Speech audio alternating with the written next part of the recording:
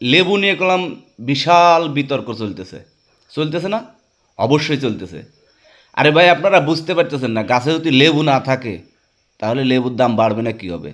লেবু কি এই সেই আকাশেতে এসে পড়বে, নাকি এটাকে হাতে বানায় কেউ?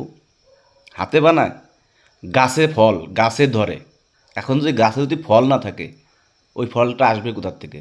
আপনি টাকা দিতে পারতেছেন, ফল পাবেন কোথায়? তো এই কারণে কোনো তর্ক বিতর্ক করার কোনো প্রশ্ন নেই। যদি মাল যদি না থাকে তাহলে তার কোনো, যে মালের নাই সেই মালের মূল্য কাকে বলে? এখন তো বর্তমানে লেবুর সংকট। এই যে এখন জালি আসতেছে লেবুর, এই লেবু উঠলে পারে তখন তো মনে করেন যে আবার আইসে যাবে সেই 1 টাকা আটানায়।